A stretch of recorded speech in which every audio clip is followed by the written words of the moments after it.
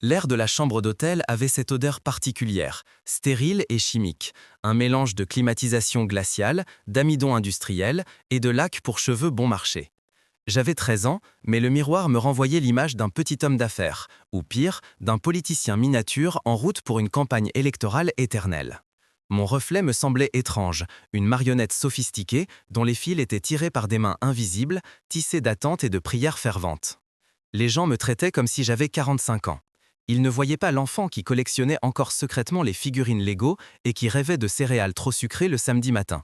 Non, ils voyaient le prodige, l'enfant qui prêchait dans les cathédrales de verre et d'acier avant même de savoir lasser ses propres chaussures. Mes parents racontaient l'histoire comme une légende fondatrice. J'avais commencé à citer les Écritures avant de savoir écrire mon nom. C'était mon mythe d'origine, mon super pouvoir et ma malédiction. « Tiens-toi droit, Elias », murmura ma mère en ajustant le col de ma chemise blanche. Ses doigts étaient froids, nerveux. Elle ne me regardait pas vraiment dans les yeux, elle inspectait le produit fini. Ce soir, c'est important, la conférence Génération Feu. Il y a des producteurs de la télévision chrétienne dans la salle. Oui, maman, répondis-je. Ma voix sonnait déjà comme celle d'un autre, une voix polie, lisse, usée par trop de amen, prononcée sans en comprendre le poids terrifiant. J'étais l'enfant qui tenait un microphone depuis l'âge de 3 ans. Les vidéos de mes sermons étaient devenues viraux, circulant sur les réseaux sociaux comme une fièvre numérique. On m'appelait loin, l'élu, le futur. J'avais parcouru le pays, montant sur des estrades devant des milliers de personnes, sous des projecteurs si puissants qu'ils brûlaient la rétine et effaçaient le premier rang, transformant la foule en une masse sombre et affamée. Les adultes pleuraient quand je parlais. Ils cherchaient dans mes yeux d'enfant une innocence qu'ils avaient perdue, ou peut-être une absolution que je n'avais pas le pouvoir de donner. Les vieux pasteurs, avec leurs costumes brillants et leurs bagues en or, posaient leurs mains lourdes sur mes épaules. « Il porte un manteau », disait-il avec gravité. « Il a le réveil dans sa bouche. » Peut-être avait-il raison, peut-être avais-je vraiment ce don. Mais si je devais être honnête, une honnêteté brutale et dangereuse que je gardais enfouie sous mon diaphragme, je ne comprenais pas toujours ce que je prêchais. Je connaissais la Bible, bien sûr, je connaissais les versets par cœur, comme un acteur connaît ses répliques. Je savais moduler ma voix, crier au bon moment pour faire sursauter les cœurs, marquer une pause dramatique pour laisser le silence s'installer, puis chuchoter pour attirer l'intimité. Je savais comment manipuler l'atmosphère. Mais au fond, sous le costume 3 pièces et la cravate de soie, j'étais juste un gamin qui manquait les anniversaires de ses amis, les soirées pyjama et la simple, magnifique banalité d'être normal. Je me disais que c'était le prix à payer, que j'étais différent pour une raison divine. Mais la pression grandissait, telle une tumeur invisible, je devais être parfait, je devais être saint. Je ne pouvais pas faire d'erreur, pas de caprice, pas de doute. Je devais rester en prière, parce que tout le monde regardait, tout le monde attendait le miracle. Et quand les gens vous regardent comme si vous étiez un prophète, vous commencez à vous sentir comme tel, même si vous n'êtes qu'une coquille vide qui résonne. Ce matin-là ressemblait à tous les autres, une répétition morne d'une vie qui ne m'appartenait pas. Nous étions dans une autre ville, un autre état, une autre chambre d'hôtel identique. Des affiches avec mon visage placardé sur les murs du centre de convention. Mon visage, retouché, illuminé, avec ce sourire confiant que je ne ressentais jamais à l'intérieur. « Je suis fier de toi, champion », avait texté mon père. Il n'était pas là, il gérait les affaires depuis la maison. Je ressentais une pointe d'amertume, vite refoulée par la culpabilité. On ne juge pas son père, on honore son père. Nous sommes descendus vers l'auditorium. Le bruit de la foule nous parvenait comme le grondement d'un océan lointain. C'était le son de l'attente. Le pasteur local, un homme massif avec un sourire trop blanc, nous accueillit dans les coulisses. « Le jeune prophète est là !» s'exclama-t-il en me serrant la main avec une vigueur excessive. « L'esprit est déjà fort dans la salle, fils, ils sont prêts pour toi. » Je souris, le sourire automatique, le masque. « Gloire à Dieu », dis-je. Les mots avaient le goût de la cendre. Je m'assis au premier rang pendant que le groupe de louanges jouait. La musique était forte, une pulsation rythmique qui faisait vibrer ma cage thoracique. Les gens dansaient, pleuraient, levaient les mains. Je les observais avec une curiosité détachée. Ils semblaient si désespérés de ressentir quelque chose, n'importe quoi. Ils voulaient du feu, et j'étais l'allumette. Mon sermon était intitulé « La prochaine génération du réveil ». Je l'avais répété dans ma tête pendant des jours, peaufinant chaque intonation. J'avais mes notes, mes écritures, et même ce moment planifié, vers la fin, où je demanderais au pianiste de jouer doucement pendant que j'appellerais les âmes à l'autel. Tout était chorégraphié, une danse sacrée sans surprise. Le pasteur prit le micro. « Et maintenant, celui que vous attendez tous. » Je me levai. Les applaudissements éclatèrent, un tonnerre physique qui me frappa de plein fouet. Des centaines de téléphones se levèrent simultanément, une mer d'yeux électronique brillant, prêt à enregistrer la performance. Je pris une profonde inspiration, l'air saturé de parfums et de sueur, et je montais les marches vers la chaire. Je posais mes mains sur le pupitre en plexiglas transparent. Je regardais la foule. Des milliers de visages. Ils attendaient la magie. Le Seigneur, commençai-je. C'est alors que c'est arrivé. Ce ne fut pas comme dans les films. Il n'y eut pas de douleur dramatique au début, juste une pression soudaine, immense, au centre de ma poitrine. Comme si une main invisible avait traversé mes côtes et serré mon cœur dans un point d'acier. Une brûlure aiguë, une corde qui claque au fond de l'être. Ma vision se brouilla, les projecteurs devenant des taches floues et agressives. Mes jambes, qui m'avaient porté sur tant d'estrades, se dérobèrent sous moi, devenues soudainement liquides. Le microphone glissa de ma main moite et heurta le sol avec un larcène strident qui déchira l'air. Je m'effondrai, le monde bascula. J'entendis des cris, j'entendis ma mère hurler mon nom, un son animal terrifiant qui ne ressemblait pas à sa voix contrôlée de manager. Je sentis le sol dur contre ma joue. Je sentis des mains me secouer, essayer de me soulever. Et puis, le néant. Noir, silence absolu. Mais je n'étais pas parti. Je n'étais pas endormi, je ne rêvais pas. J'étais là, mais plus là. Une sensation étrange de légèreté m'envahit, comme si on m'avait libéré d'un manteau de plomb que je portais depuis ma naissance. Je flottais, littéralement. Je regardais vers le bas et je vis une scène qui aurait dû me terrifier, mais qui ne me provoquait qu'une curiosité distante. Je vis mon propre corps gisant sur l'estrade. Il avait l'air si petit, si fragile. Ma chemise blanche était froissée, mes chaussures de ville trop brillantes pointaient vers le plafond de manière absurde. Les gens entouraient cette coquille vide. Certains pleuraient, d'autres priaient en langue à voix haute, d'autres étaient figés, la bouche ouverte, le téléphone toujours braqué sur la scène, filmant la tragédie comme s'il s'agissait d'une autre partie du spectacle. Je vis ma mère, agenouillée, son maquillage coulant sur son visage, secouant mes épaules inanimées. « Elias, réveille-toi, au nom de Jésus, réveille-toi !» Je voulais lui dire que j'étais là, juste au-dessus d'elle. J'essayais de crier « Maman, je vais bien, je suis là !» Mais je n'avais pas de voix, je n'avais pas de bouche. J'étais une conscience pure, flottante, déconnectée. Je tentais de tendre la main pour la toucher, mais je n'avais pas de main. J'étais séparé par un voile infranchissable, une vitre sans temps. Les médecins arrivèrent en courant, écartant la foule. Ils commencèrent les compressions thoraciques. Je voyais mon corps sursauter sous la force de leurs gestes, mais je ne ressentais rien, pas de douleur, juste un froid grandissant. Pas le froid de l'air conditionné, mais un froid plus profond, métaphysique, comme si la chaleur de la vie s'était retirée de l'univers tout entier. C'est à ce moment-là que la panique s'installa. Pas la panique d'un enfant perdu au supermarché, mais une terreur existentielle. Je savais que quelque chose n'allait pas. Ce n'était pas comme ça que ça devait se passer. J'avais prêché sur le ciel. J'avais entendu des histoires d'expériences de mort imminente. Je m'attendais à voir des anges, une lumière blanche, un tunnel de paix, des parents décédés m'accueillant avec amour. Je m'attendais à ce calme dont tout le monde parle. Mais rien de tout cela ne vint. Juste ce silence épais, lourd, qui semblait m'observer. Soudain, le mouvement commença. Une traction forte, invisible, commença à me tirer en arrière, loin de l'estrade, loin de l'église, loin de mon corps. C'était comme être aspiré par un courant marin puissant. Je ne pouvais pas lutter, je n'avais aucun contrôle. Le monde physique, les lumières, la foule, ma mère, se dissolvaient dans des ombres. La lumière s'estompait rapidement, avalée par un gris vorace.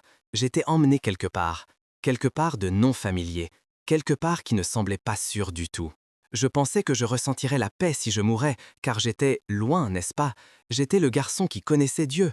Mais au lieu de la paix, je ressentais une peur primale. Je n'étais plus sur scène, je n'étais plus dans l'église. Je savais que j'étais dans l'entre-deux, un lieu de passage qui n'avait rien de sacré. J'essayais de prier, c'était mon réflexe, ma seconde nature. Notre Père qui es aux cieux. Mais les mots ne fonctionnaient pas ici. Ils semblaient vides, dépourvus de pouvoir, comme des pièces de monnaie fausses qu'on refuse à la frontière. Mon esprit tournait en rond. Tout ce que je pouvais penser, c'était « c'est réel, ça arrive, je ne vais pas me réveiller, je ne retourne pas en arrière ». Tout ce que j'avais dit sur la mort, l'éternité et la foi me semblait soudain être des concepts abstraits, des théories apprises dans des livres, pas une réalité vécue. Je n'étais pas prêt, pas comme ça. Je pensais avoir plus de temps, je pensais vivre assez longtemps pour faire plus pour Dieu, pour grandir, pour comprendre qui j'étais vraiment en dehors de ce costume et de ce micro. Mais maintenant, rien de tout cela n'avait d'importance. J'étais parti. Alors que l'obscurité menaçait de m'engloutir complètement, une obscurité qui n'était pas seulement l'absence de lumière, mais une présence vivante et hostile, je sentis que je n'étais pas seul. Ce n'était pas le calme bienveillant que j'espérais, c'était quelque chose d'autre. Une brume épaisse m'enveloppa. Elle ne me touchait pas physiquement, mais elle s'insinuait dans ma conscience. Elle avait une voix. Pas une voix audible, mais une pensée qui n'était pas la mienne, glissant dans mon esprit comme un serpent dans l'herbe haute. Une voix douce, connaisseuse, onctueuse. Une voix qui semblait m'avoir observé depuis très longtemps, attendant ce moment précis de vulnérabilité. « Ils ne t'aimaient pas », chuchota l'obscurité. « Ils aimaient ce que tu pouvais faire. Tu étais une marionnette, petit Elias. Tu prêchais des mots que tu ne possédais pas. Tu as été utilisé. » Je voulus protester, crier que c'était faux, que je servais Dieu. Mais la voix continuait, impitoyable, disséquant ma vie avec un scalpel de vérité empoisonnée. Ils t'ont donné la célébrité, les abonnés, les applaudissements. Pas la vérité. Tu ne l'as jamais connu, lui. Tu ne connaissais que ce qu'il voulait que tu connaisses. Tu connaissais le script, pas l'auteur.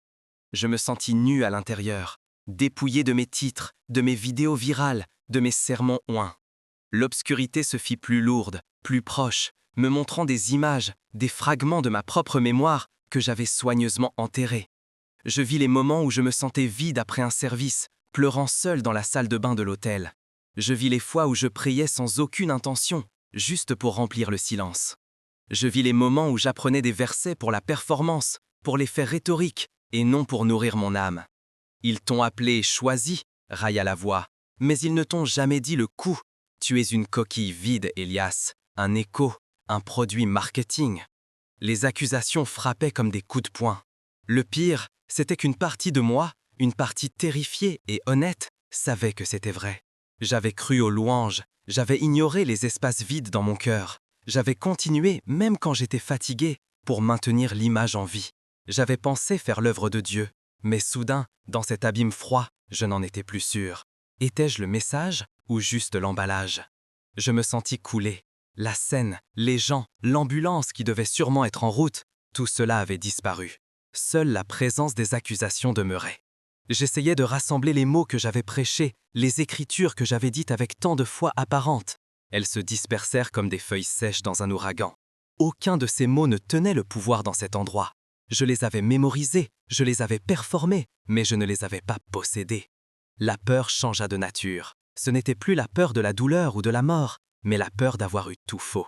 La peur que mes mots aient atteint des milliers d'oreilles, mais aucun cœur, à commencer par le mien. Que je n'étais qu'une voix et non un vaisseau. « Tu n'as jamais été prêt », dit l'obscurité, se resserrant autour de moi comme un étau. Tu as appelé les autres à marcher à travers le feu, mais tu ne l'as jamais traversé toi-même. Tu as dit aux gens de se repentir, mais as-tu jamais regardé ton propre cœur? Je tombais dans la honte et le regret, un vertige absolu. Je voulais de la lumière, de la paix, de l'amour, mais rien de tout cela n'était là. J'étais seul avec la vérité de ma propre insuffisance. C'est alors, au moment où je pensais que l'obscurité allait me consumer pour l'éternité, que quelque chose changea. Une lumière apparut. Pas une explosion, pas un soleil, juste une petite lueur, comme une allumette craquée dans une chambre noire immense. Faible, vacillante, mais indéniable. L'obscurité poussa un cri, pas un cri humain, mais un son de déchirement, comme du tissu qu'on lacère, un sifflement de haine pure. « Pas encore !» siffla la voix, reculant légèrement. « Il nous appartient. » Mais la lumière ne s'éteignit pas. Elle avança. Elle avait une force, une densité. Elle ne se contentait pas de briller, elle était. Elle coupa à travers le noir comme une lame incandescente. La force qui me tirait en arrière s'arrêta net. La peur se desserra légèrement autour de ma gorge invisible. Le silence se brisa, et je l'entendis. Un son. D'abord, le tintement clair d'une petite cloche en laiton, une note pure qui semblait marquer le seuil d'une porte. Ce son avait la texture d'une promesse simple. Puis, une voix. Pas celle de l'obscurité, pas celle des prédicateurs qui criaient, pas la mienne. Une voix calme, basse, remplie d'une puissance qui n'avait pas besoin de volume pour exister. Elle prononça mon nom, juste une fois. Elias. Cela suffit. Tout se figea. L'obscurité recula comme un animal blessé par le feu. Le froid mortel se leva. Je me tournai vers la lumière. Je ne savais pas encore qui venait, mais je savais, avec une certitude qui dépassait tout ce que j'avais appris à l'école biblique, que je n'étais plus seul. Quelque chose allait être révélé. Au plus profond de moi, dans cet espace entre la vie et la mort, je sentis un choix émerger. Pas un choix simple, comme choisir une cravate ou un chant de louange, mais un choix réel, fondamental. La lumière grandit, et avec elle, une présence s'approchait. Je restais suspendu là, tremblant non plus de peur, mais d'une anticipation redoutable, attendant de voir ce qui se cachait derrière le voile de ma propre performance.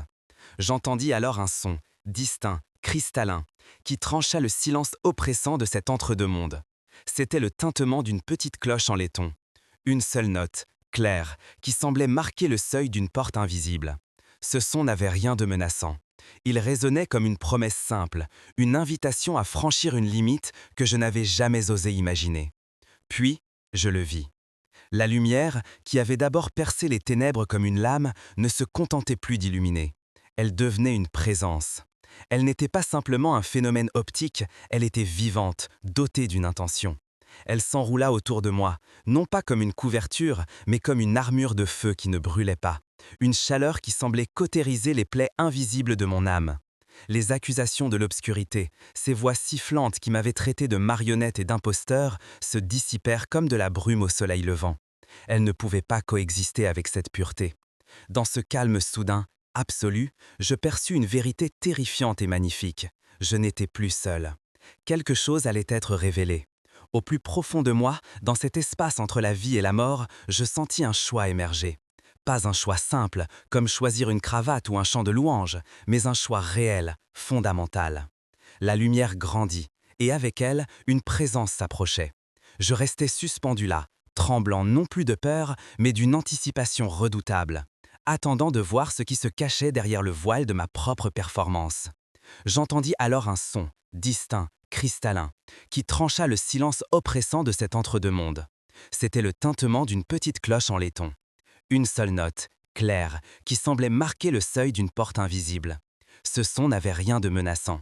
Il résonnait comme une promesse simple, une invitation à franchir une limite que je n'avais jamais osé imaginer. Puis, je le vis. La lumière, qui avait d'abord percé les ténèbres comme une lame, ne se contentait plus d'illuminer. Elle devenait une présence. Elle n'était pas simplement un phénomène optique, elle était vivante, dotée d'une intention. Elle s'enroula autour de moi, non pas comme une couverture, mais comme une armure de feu qui ne brûlait pas. Une chaleur qui semblait cautériser les plaies invisibles de mon âme. Les accusations de l'obscurité, ces voix sifflantes qui m'avaient traité de marionnette et d'imposteur, se dissipèrent comme de la brume au soleil levant. Elles ne pouvaient pas coexister avec cette pureté. Dans ce calme soudain, absolu, je perçus une vérité terrifiante et magnifique. Je n'étais plus le prédicateur prodige, l'enfant star des estraves évangéliques. J'étais une conscience nue, dépouillée de mes costumes, de mes notes de sermon et de l'admiration des foules. Je me tournai vers la source. Je n'eus pas besoin qu'on me le nomme. Mon esprit, libéré des lourdeurs du cerveau biologique, le reconnut instantanément. C'était Jésus. Mais ce n'était pas l'homme aux traits doux des peintures de l'école du dimanche, ni le super-héros spirituel que je décrivais avec tant de verve pour faire crier les adolescents. Sa présence était plus réelle que le sol sur lequel j'avais marché toute ma vie. Il se tenait là, émanant une puissance souveraine, mais ce qui me frappa le plus violemment, ce fut son chagrin. Une tristesse ancienne, profonde, abyssale. Il ne me regardait pas avec colère, mais avec une compassion qui me brisa plus sûrement qu'un jugement. « Compassion », dit-il. Sa voix n'était pas un tonnerre, mais elle fit vibrer l'essence même de mon être. « Tu as été choisi, mais maintenant, tu dois voir. » Ces mots agirent comme un révélateur photographique sur ma conscience. Tout ce que j'avais caché, refoulé, rationalisé pendant des années remonta à la surface. Je voulus lui crier que je n'étais qu'un gosse, que je n'avais pas demandé cette vie, que j'avais seulement fait ce que les adultes, mes parents, les pasteurs attendaient de moi. Je voulais plaider ma cause. Je ne savais pas, j'essayais juste de bien faire, j'essayais d'être celui qu'il voulait. Mais les mots moururent avant de naître. Ici, dans cette lumière impitoyable de vérité, les excuses n'avaient aucune substance. Je réalisais avec horreur que je m'étais moi-même complu dans ce rôle. J'avais aimé les applaudissements. J'avais aimé être loin, le spécial. Tout commença à changer autour de nous. La scène de l'église, les ambulanciers, mon corps inanimé, tout s'effaça. Nous ne marchions pas, nous glissions à travers une dimension où le temps n'avait plus cours. Jésus me montra alors ma propre vie, non pas comme un film linéaire, mais comme une série de sensations et de vérités émotionnelles. Je me vis à 5 ans répétant des phrases que je ne comprenais pas, imitant les intonations des télévangélistes, et je ressentis le frisson de plaisir narcissique lorsque les adultes s'extasiaient. Je vis l'adolescent que j'étais devenu, seul dans des chambres d'hôtel luxueuses, pleurant dans mon oreiller, écrasé par une solitude dévorante. Pour ensuite monter sur scène 1 heure plus tard, affichant un sourire radieux et proclamant une victoire que je ne possédais pas. Pourquoi moi, voulus-je demander, l'esprit tourmenté par le décalage entre mon image publique et ma réalité intérieure? Il ne me réprimanda pas. Il dit simplement « Parce que même lorsque tu ne comprenais pas, j'étais avec toi ». Cette phrase fit voler en éclats mes dernières défenses. Je n'étais pas un imposteur total, il y avait eu des moments de sincérité, des moments où Dieu avait agi malgré moi. Mais le soulagement fut de courte durée, car son visage changea. La tristesse dans ses yeux s'approfondit, devenant un océan de douleur. Maintenant, tu dois voir ce qui arrive lorsque les dons sont utilisés sans la vérité. La vision bascula. Nous étions soudainement transportés dans un immense sanctuaire. C'était une église, ou du moins cela y ressemblait. Les lumières étaient éblouissantes, la musique parfaitement calibrée pour susciter l'émotion, les écrans géants diffusaient des images soignées. La foule levait les mains, les visages baignés de larmes. C'était beau, c'était impressionnant, c'était exactement le genre d'endroit où je rêvais de prêcher. Jésus se pencha vers moi et murmura « Regarde ». Au moment où il harla, le voile de l'apparence se déchira. Je vis alors les cœurs tels qu'ils étaient réellement. Je vis l'homme sur l'estrade, un leader charismatique que j'avais peut-être même admiré. Il semblait passionné, mais son intérieur était un désert. Il pensait aux angles de caméra, à la vente de ses livres, à son influence. Il n'y avait aucune connexion avec le ciel, seulement une connexion avec le public. « Ils ne me connaissent pas », dit Jésus. Ces mots me glacèrent le sang. Comment était-ce possible? Il chantait son nom, il prêchait sa parole, mais Jésus me montra la réalité spirituelle. C'était du théâtre, une performance. La foule ne cherchait pas la repentance ou la transformation, elle cherchait une catharsis émotionnelle, une validation de ses propres désirs. Le prédicateur ne leur offrait pas la croix, mais du confort. Ils ont utilisé mon nom, mais ont renié ma puissance, ajouta-t-il, et je sentis le poids de cette trahison comme une pierre sur ma poitrine. Nous voyageâmes encore. Je vis des stades remplis d'enfants et d'adolescents. Je me vis moi-même, sur les écrans, mon visage jeune et lisse, prêchant avec une assurance terrifiante. Je vis les jeunes dans la foule essayer de me copier, non pas en cherchant Dieu, mais en cherchant à reproduire ma technique. Ils confondaient l'émotion avec le Saint-Esprit. Ils pensaient que si la musique était forte et que les frissons étaient là, Dieu était là. « C'est ce que ton ministère est devenu », dit-il avec une douleur infinie. Il a commencé dans la vérité, mais est devenu une performance. Je voulus vomir, bien que je n'ai plus de corps physique. La honte était insoutenable. J'avais conduit ces gens, non pas vers lui, mais vers une illusion de lui. J'avais été le chef d'orchestre d'une symphonie vide. Puis, le décor changea radicalement. Nous étions dans une petite pièce sombre, peut-être un sous-sol, ou une hutte au sol de terre battue. Il n'y avait ni caméra, ni lumière, ni système de sonorisation. Juste quelques personnes, des bibles usées et des visages marqués par la vie. Une vieille femme priait. Elle ne criait pas, elle ne cherchait pas à impressionner. Elle pleurait doucement, intercédant pour des gens qu'elle ne connaîtrait jamais. Jésus dit « Celles-ci sont mes brebis. Elles sont persécutées, ignorées, oubliées, mais elles me connaissent. » La différence de poids spirituel était stupéfiante. Dans le grand stade, l'atmosphère était électrique mais superficielle. Ici, la présence de Dieu était si dense, si lourde de sainteté qu'elle semblait courber l'espace autour de nous. Je réalisais que mes plus grands succès sur terre n'étaient que de la paille comparée à la prière silencieuse de cette femme inconnue. Jésus me montra alors l'avenir, ou du moins une ombre de ce qui venait. Je vis une grande secousse. Je vis les églises spectacles s'effondrer sous le poids de leur propre vacuité lorsque les véritables épreuves arrivèrent. Je vis des pasteurs populaires abandonner la vérité parce qu'elle devenait trop coûteuse, trop impopulaire. Je vis une génération entière, celle que j'étais censé guider, errer dans la confusion, dévorée par l'anxiété, cherchant désespérément un sens dans les écrans de leur téléphone, tandis que l'Église leur offrait des concerts de rock dilués au lieu de l'eau vive. Le plus grand danger pour mon Église ne vient pas de ceux qui la haïssent, me dit-il, mais de ceux qui l'imitent. Il me montra la tromperie. Elle était séduisante. Elle parlait le langage de l'amour, de la tolérance, de l'acceptation de soi. Mais elle omettait la croix, le sacrifice, la sainteté. C'était un christianisme sans Christ, une religion de l'ego déguisée en spiritualité. Et je vis, avec une terreur grandissante, que j'avais flirté avec cette tromperie. J'avais poli mon message pour ne pas offenser.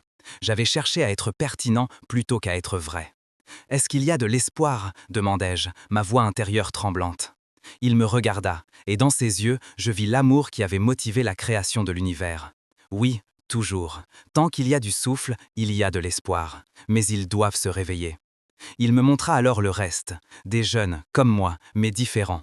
Ils ne cherchaient pas la célébrité. Ils se réunissaient dans des chambres, dans des cafétérias scolaires, dans des lieux secrets.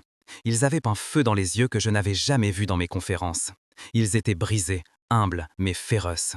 Ils ne voulaient pas être vus par les hommes, ils voulaient être connus de Dieu. « Je les suscite pour exposer la tromperie, dit Jésus. Ils ne se soucient pas de la gloire, ils sont marqués par le ciel. » Je compris alors que le véritable réveil ne serait pas télévisé. Il ne serait pas viral sur les réseaux sociaux. Il serait intime, coûteux et souterrain. Nous arrivâmes enfin au bord d'un grand précipice. D'un côté, je voyais une pierre radieuse, l'endroit où je désirais aller, où la lutte cessait. De l'autre, je voyais une scène qui me fit trembler plus violemment que tout le reste.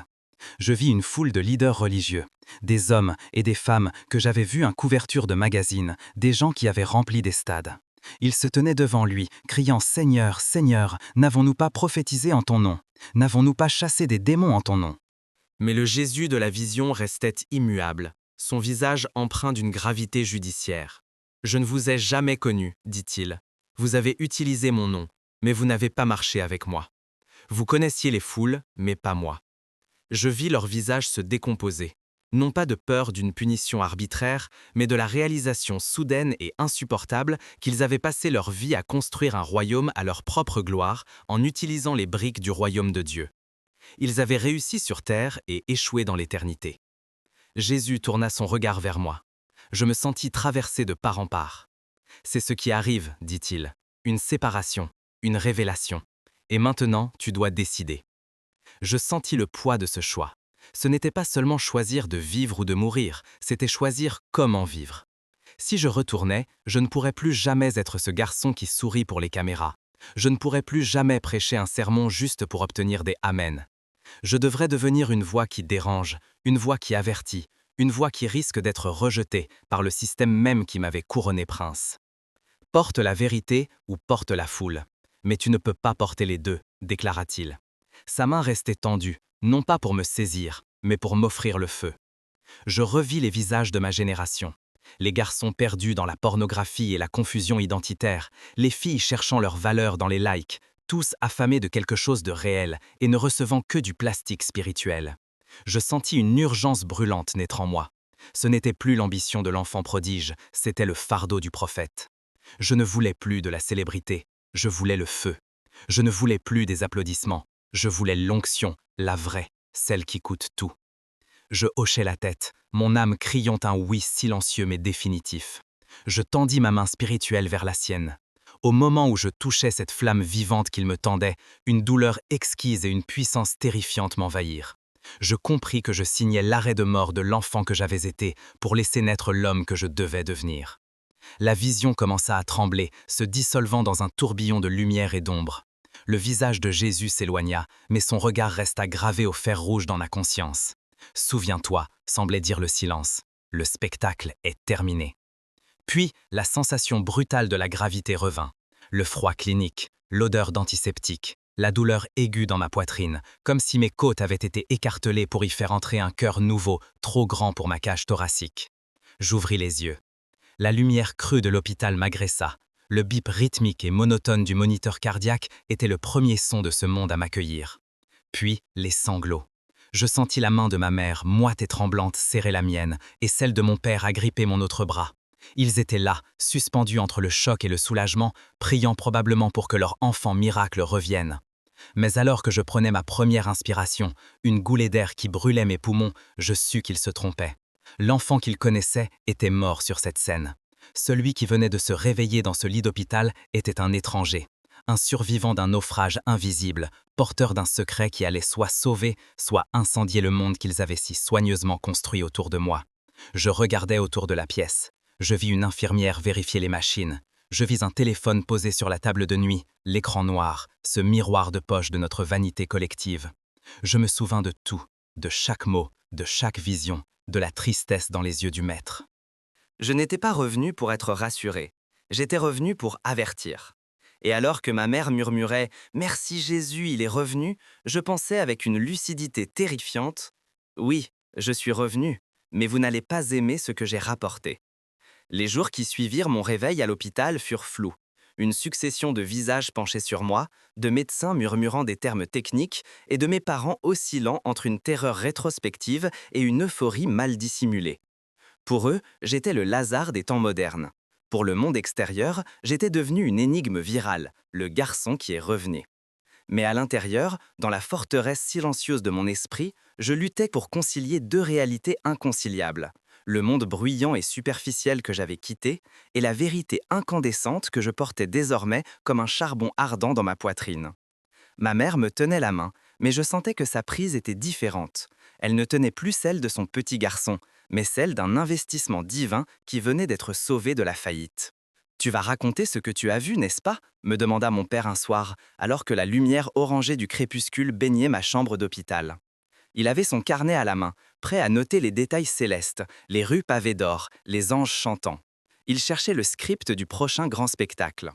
Je le regardais, et pour la première fois de ma vie, je ne vis pas l'autorité incontestable d'un père, mais la fragilité d'un homme qui avait construit sa maison sur du sable. « J'ai vu la vérité, papa », répondis-je doucement, « mais ce n'est pas celle que tu penses. » Il sourit, un sourire de vendeur rassuré. « C'est parfait, la vérité, c'est ce que les gens veulent. » Il ne comprenait pas. Pas encore. Le retour à la maison fut étrange. Ma chambre, remplie de mes Legos et de mes posters, me semblait appartenir à un autre enfant, un enfant mort. Je m'assis sur mon lit et pris une brique de plastique bleu. La simplicité de l'objet me bouleversa. C'était réel, solide, contrairement aux fumées et aux miroirs de notre vie publique. La pression monta rapidement. Le dimanche suivant, un grand rassemblement était prévu, le retour du miracle.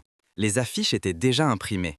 Je devais parler, je devais rassurer la foule, leur dire que le ciel validait tout ce que nous faisions, tout ce que nous étions. Dans les coulisses, l'atmosphère était électrique. Les maquilleuses s'affairaient autour de moi pour masquer la pâleur de ma convalescence. On me tendit mon micro, cet objet qui avait été le prolongement de mon bras depuis mes 3 ans.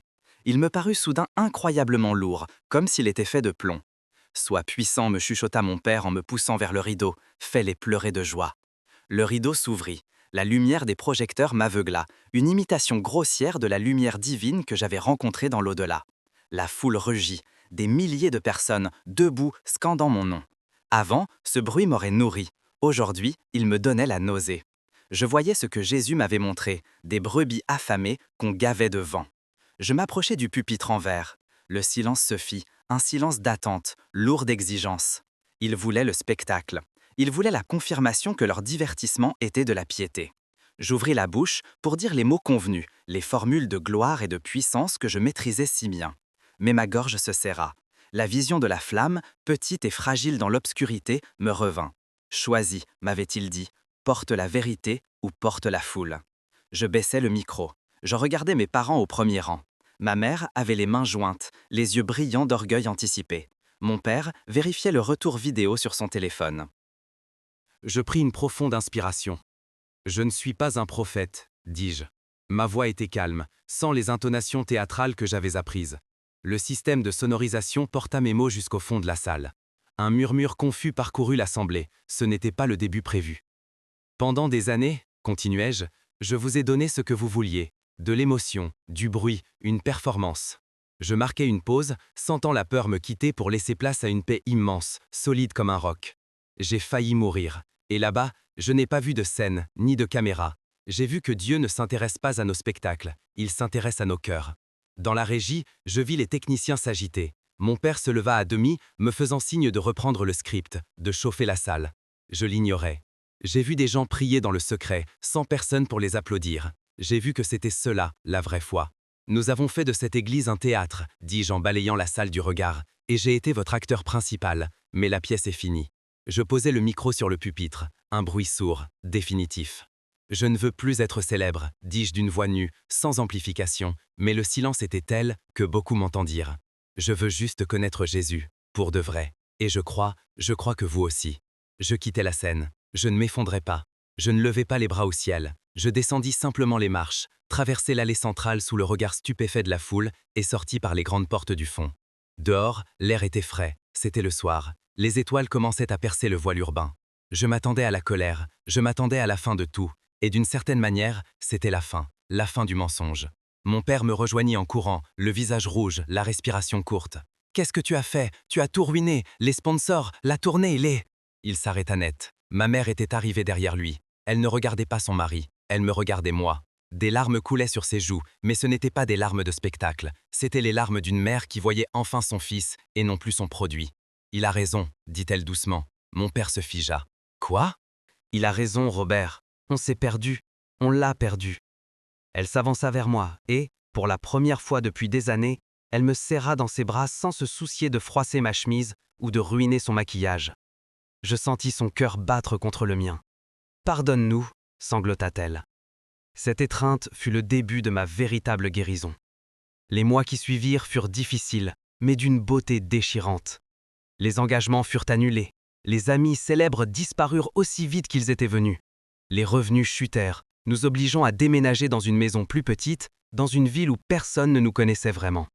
C'était la meilleure chose qui pouvait nous arriver. Je retrouvais le goût des choses simples. Je recommençais à jouer au Lego, construisant des structures complexes, non pas pour être admiré, mais pour le simple plaisir de créer. Je retournais à l'école, une vraie école, avec des enfants qui ne savaient pas que j'avais prêché devant des milliers de personnes et qui s'en moquaient éperdument. Mais la flamme n'était pas éteinte. Elle avait changé de nature. Elle n'était plus un incendie de forêt incontrôlable. Elle était devenue un feu de foyer, chaud et accueillant. Un mardi soir, quelques adolescents du quartier vinrent chez nous. Ils avaient entendu des rumeurs, mais ils cherchaient surtout un endroit où être eux-mêmes. Nous nous assîmes dans le petit salon. Pas de micro, pas de lumière tamisée, juste une guitare acoustique un peu désaccordée et quelques bibles ouvertes. Je les regardais. Ils avaient des cicatrices invisibles, des doutes, des peurs liées à leur image, aux réseaux sociaux, à l'avenir, exactement comme dans ma vision. Je ne sais pas tout, leur dis-je, et c'était la vérité la plus libératrice que j'ai jamais prononcée. Mais je sais qu'on n'est pas obligé de faire semblant. Nous avons prié, pas des prières grandiloquentes pour appeler le feu du ciel, mais des murmures honnêtes, des aveux de faiblesse, des demandes de paix. Et dans ce salon banal, avec l'odeur de biscuits que ma mère préparait dans la cuisine, je sentis la présence. C'était lui, le même Jésus que j'avais vu dans l'entre-deux-mondes. Il n'était pas triste cette fois. Je sentais une approbation silencieuse, une chaleur qui enveloppait mes épaules comme une main familière. Mon père entra discrètement dans la pièce. Il avait changé, il avait troqué ses costumes brillants pour des vêtements simples. Il travaillait maintenant dans une quincaillerie et semblait 10 ans plus jeune, libéré du fardeau de devoir gérer une marque. Il s'assit dans un coin, non pas pour diriger, mais pour écouter. Il ferma les yeux et je vis une paix sur son visage que je n'avais jamais vue auparavant. La génération de feu, dont on avait fait la publicité, n'était pas une armée de super-héros spirituels sur des estrades. C'était ça, 5 adolescents dans un salon, cherchant la vérité avec des cœurs brisés mais ouverts. Je réalisais alors que ma vision s'accomplissait, mais à l'envers de ce que le monde attendait. Le réveil ne commençait pas par un bruit de tonnerre, mais par le murmure d'un cœur qui se rend. Plus tard ce soir-là, après le départ de mes amis, je sortis dans le petit jardin. L'air était pur, je levai les yeux vers le ciel étoilé. « Est-ce que c'est ça ?» demandai-je intérieurement. La réponse ne vint pas par une voix audible, mais par une certitude ancrée au plus profond de mes entrailles. C'est le début. Tu es enfin prêt. Je souris, un vrai sourire, qui naissait dans mes yeux et non sur mes lèvres. J'étais redevenu un enfant, mais un enfant qui connaissait le secret du roi. J'avais perdu la scène, mais j'avais gagné mon âme. J'avais perdu la foule, mais j'avais trouvé ma famille. Je rentrais à l'intérieur, laissant la porte ouverte derrière moi, sachant que la lumière qui brillait désormais dans notre maison n'avait pas besoin d'artifice pour être vue. Elle brillerait dans les ténèbres, une petite flamme tenace et joyeuse, guidant ceux qui cherchaient non pas un spectacle, mais un foyer. Et pour la première fois de ma vie, j'étais exactement là où je devais être, heureux, libre et profondément, simplement, vivant.